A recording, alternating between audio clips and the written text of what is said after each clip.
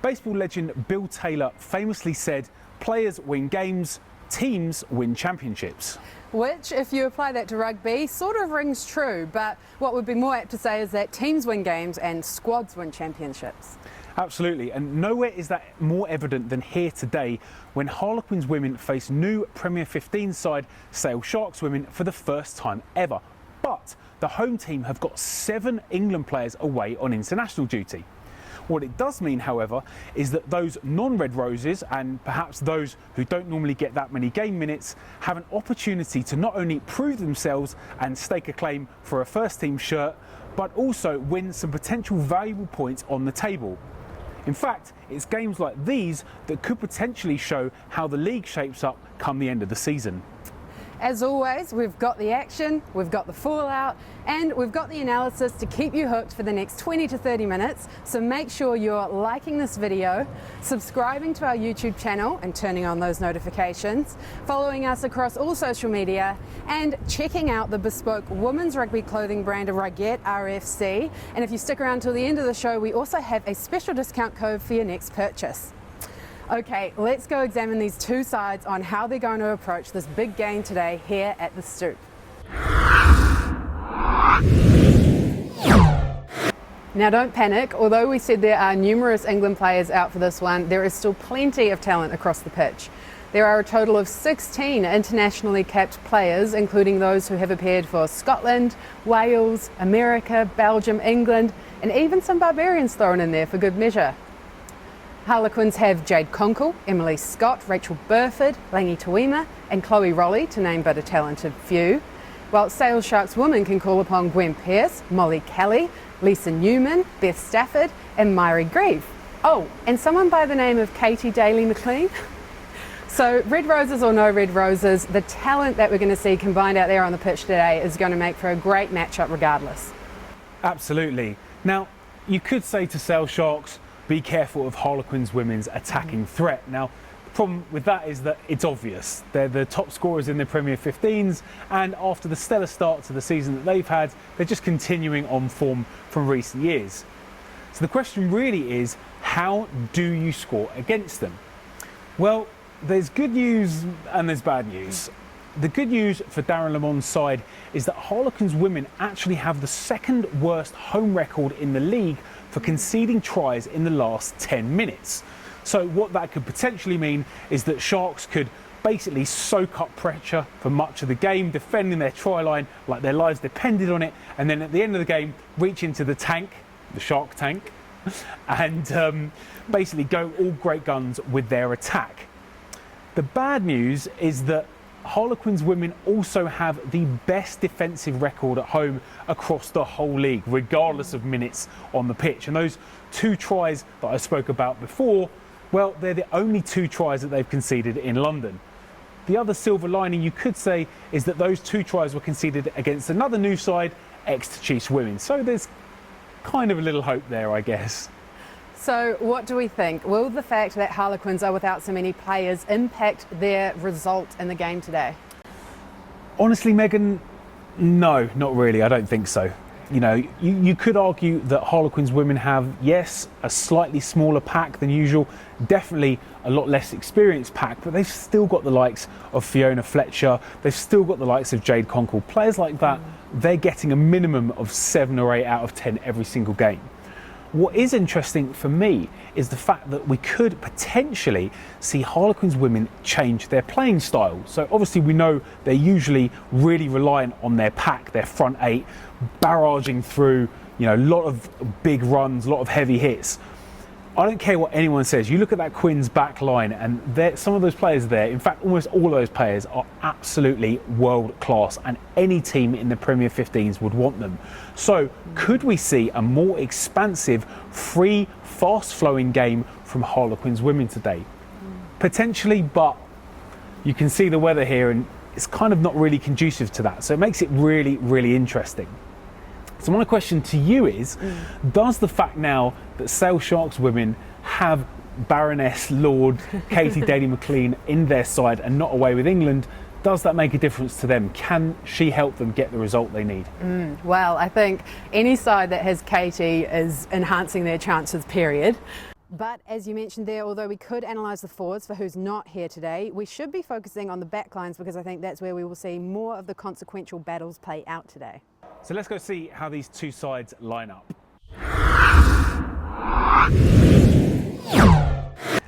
As has been stated already, with more than a handful of Red Roses players off to France this weekend, Harlequins Women head coach Gerard Mullen has had to utilise all the players in his squad for this match.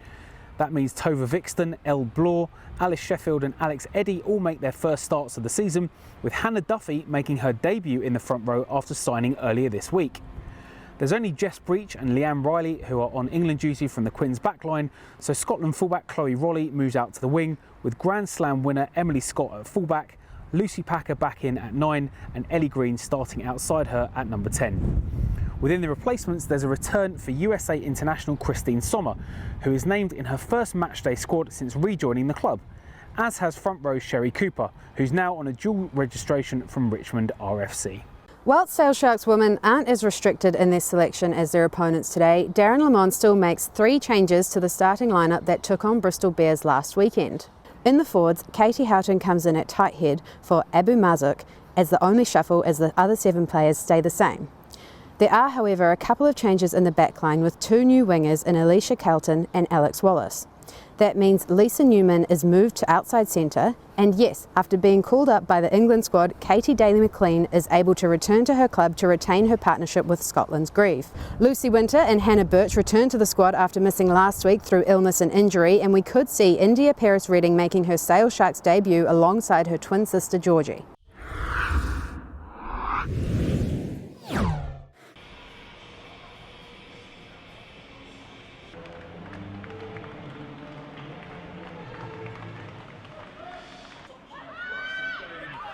And Gwen Pearce again, she's been hitting, she's been carrying this match, and now it's a chance for her forwards colleagues to drive over. Extra bodies on the left, and now it's brought up. Oh, unfortunate with those hands.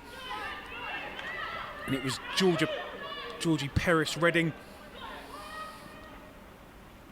brought forward now. Lots of bodies in there. Balls escaped out now for Harlequins, and Lange Tuma, we know what she can do. She's got a dummy. She breaks through now. Lange Tuma, she has options left and right. She goes on her own. Great pop-up. It's Lucy Packer on her own. She's got the try line, a couple of Sharks behind her, but it doesn't matter because she touches down. Lucy Packer with the first try of the day for the home team.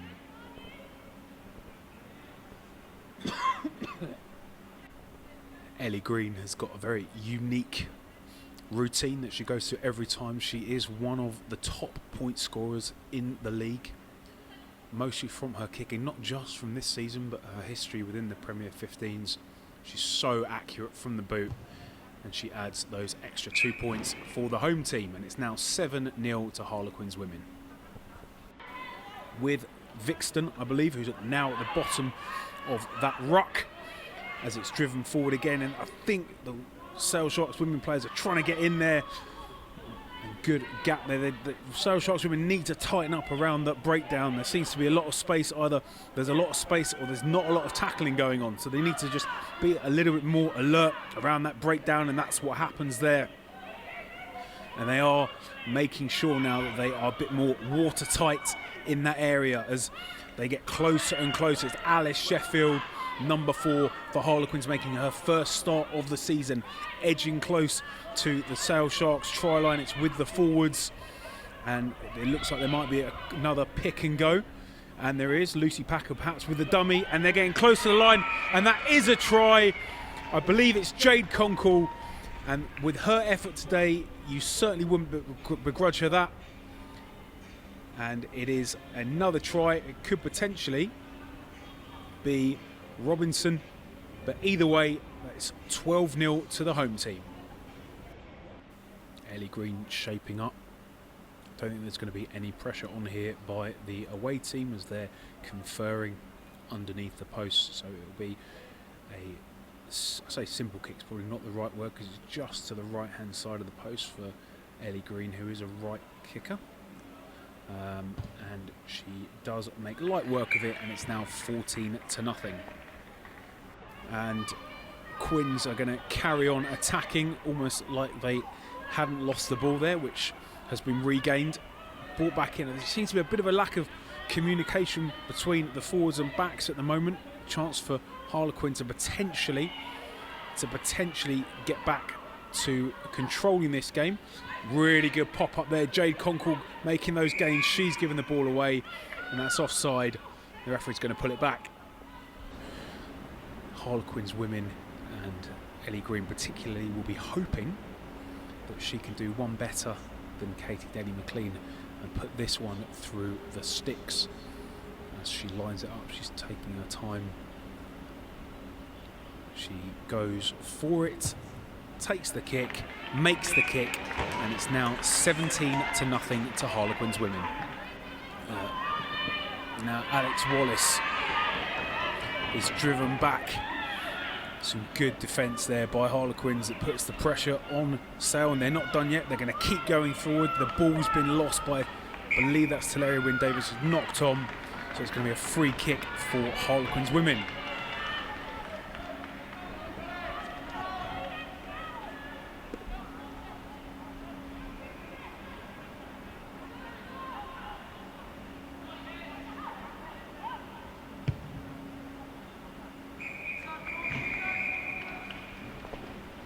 And that is going to be the last act of the game as the referee blows the whistle. Both teams go inside, and it's Harlequins Women 17, Sale Sharks Women, the visitors, nothing.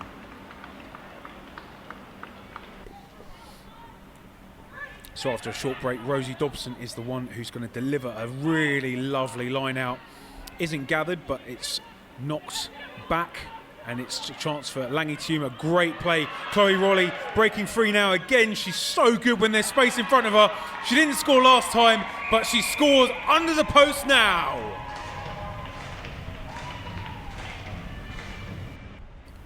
Ellie Green is going to be kicking into the wind and the rain. She is in front of the posts. So if the conditions were perfect, this shouldn't be too difficult, but fortunately for her, there's no one else holding the ball, so she's obviously confident that she can make this. She kicks it through. It's low, but it definitely goes over. Pushing forward. Really strong running there. Fantastic hit again by Gwen Pears. She looks to be getting up slightly slowly, limping a little bit, but as she's been outstanding all game, and now Chloe Rowley has space on the outside. She's being closed down again by Katie Daly-McLean. She's only got one more through. The tackles are too high, and she's going to run in for her second try of the game. Chloe Rowley, 29-0. It's Emily Scott now taking on kicking duties slightly to the right of the posts. And as we edge towards the end of the game, it's a chance for Scott to get her name on the points sheet, and that's exactly what she does. An extra 2 points, and we are into the 30s. As this match draws to a close, it's a chance for players that have stood in for a lot of the first team Red Roses players to show what they can do for a patented Harlequins catch and drive. Referee has given a free kick. So Lucy Packer expectedly takes it quickly, and it surely is going to be whipped out across the back line. Not with a pass like that, unfortunately, from Langi Tuima. But the ball is still in Harlequins' possession. Popped up, Chloe Rowley could have potentially had a hat-trick, but it's almost well gathered. No.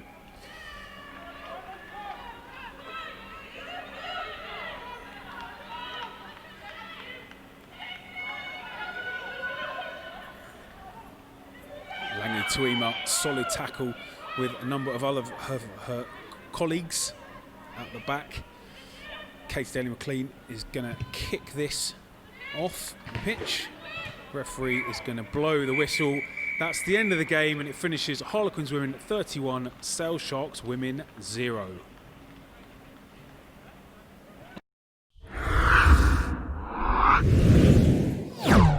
So Jade, another week, another win. As a squad, do you feel like you're starting to hit your stride now? Yeah, it was really good to see some new faces out there today. Obviously, there's a few girls that haven't had a lot of game time that got a really good chunk of time. So it was brilliant to see more players get a bit of game time and for us all to come together and to get another win on the board. You mentioned there was quite a few players missing for international reasons. Was it important to get the win whilst missing some of those players? I mean, it's always important to get the win, isn't it? We wanted to, go through our own process, and I think we did that well. I think there was, some tricky times in the match, but that's all credit to Sale making our job really difficult. There's a lot of players that are coming in, starting, who haven't done so yet.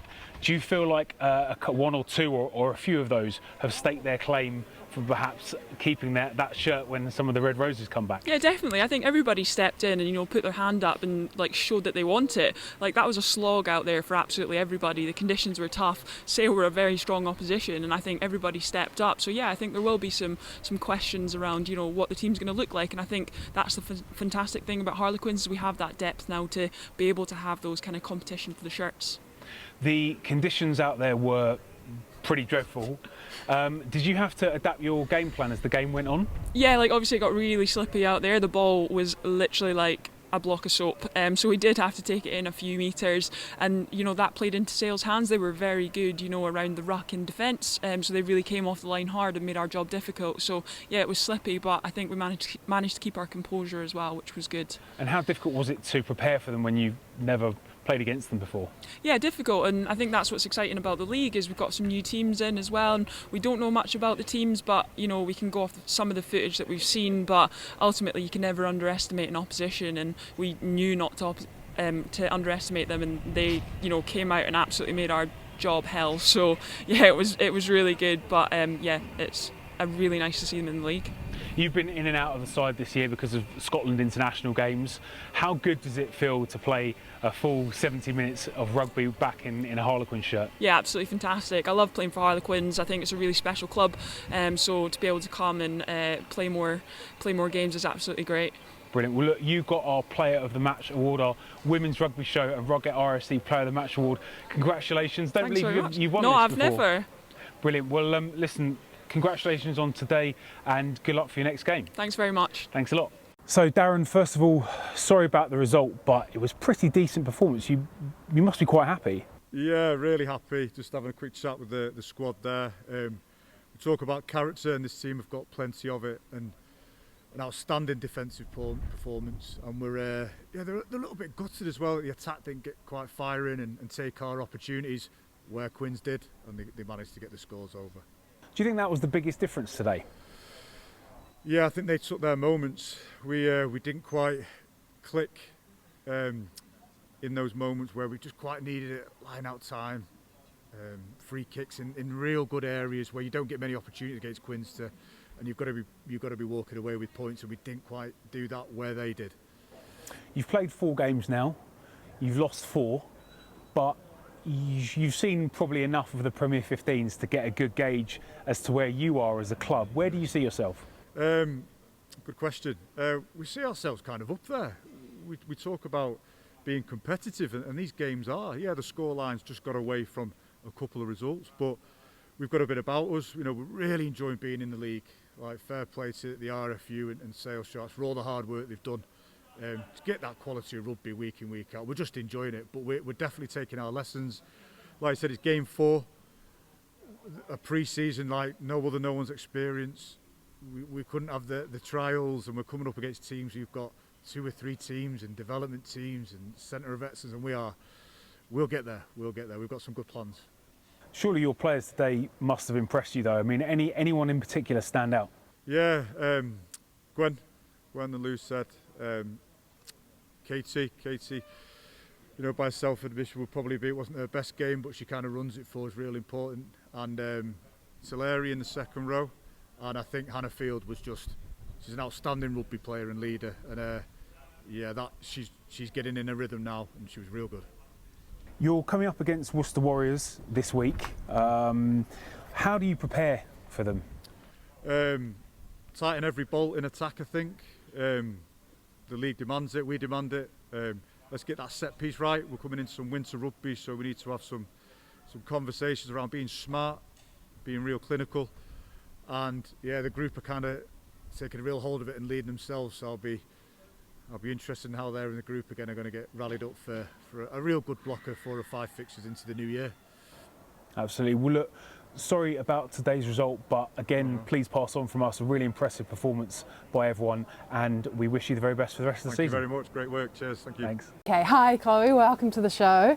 Congratulations on a great game personally and a win today. How does it feel? Do you feel like the team's getting into their stride now? Another week, another win? Yeah, I think as a team we're definitely getting there week by week. We're building up.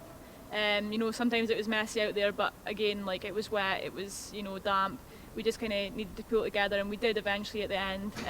Like I said, it was messy, but no, the forwards got us our momentum, and then the backs managed to finish it off a few times. Yeah, great. And you personally had heaps of great getaways in that game and 2 incredible tries. What was your personal highlight? I think that try off Lange's shoulder ball, I think that was a really good, you know, it was like on the training pitch, like it came straight from there. But no, I think that was definitely a highlight for me. Just the space opened up and I just got the chance to run, which I love to do. Yeah, and that second half got a bit wet. Yeah. What was the number one challenge for you? I think it was just the fact that the ball was slippy and we needed to tighten it up as the forwards, and just let the forwards play a few more phases and keep them on their toes, keep them going. But yeah, I think just overall the weather, you know, second half it was damp, but you know, and there was knock-ons, there was mistakes, but we just managed to keep focused and keep going. Yeah, cool. And off to play Gloucester in a couple of weeks. What do you do to prepare for a game like that? I think we'll just look at our performance today and we'll just take the positives and you know, we'll like take them and then we'll look at negatives and we'll work on them in training over the next couple of weeks and just, you know, have a look at Gloucester, see how they play, see what they do, and then we'll just adapt how we're going to play. Yeah, great, cool. All right, well, all the best. Thanks for joining us and congratulations. Thank you. So, as always, the Harlequins women's train rolls on, and it's good to see, of course, that no matter who is in their side, they are going to get them a result. What did you think of the game, Megan? Yeah, I mean, you can't deny Harlequins do well to adapt to whoever they're playing and the conditions, but as we saw, Sharks put up an incredibly impressive battle today, so hopefully they get their win soon. Absolutely. Well, look, folks, that brings us to the end of this episode. Thank you very much for watching. Before you leave us, please make sure you like this video, subscribe to the Women's Rugby Show, turn on those notifications so you know when our next video drops. Follow us across social media. You'll see the handles coming up on screen now.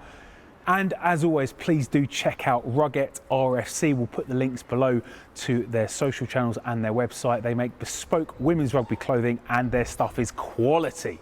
Yes, and as promised, we do have a special discount code, which is Women's Rugby Show, one word. So put that in at checkout for a discount on us. All right, we'll leave you with some great Women's Rugby Show content, but until next time, goodbye. See ya.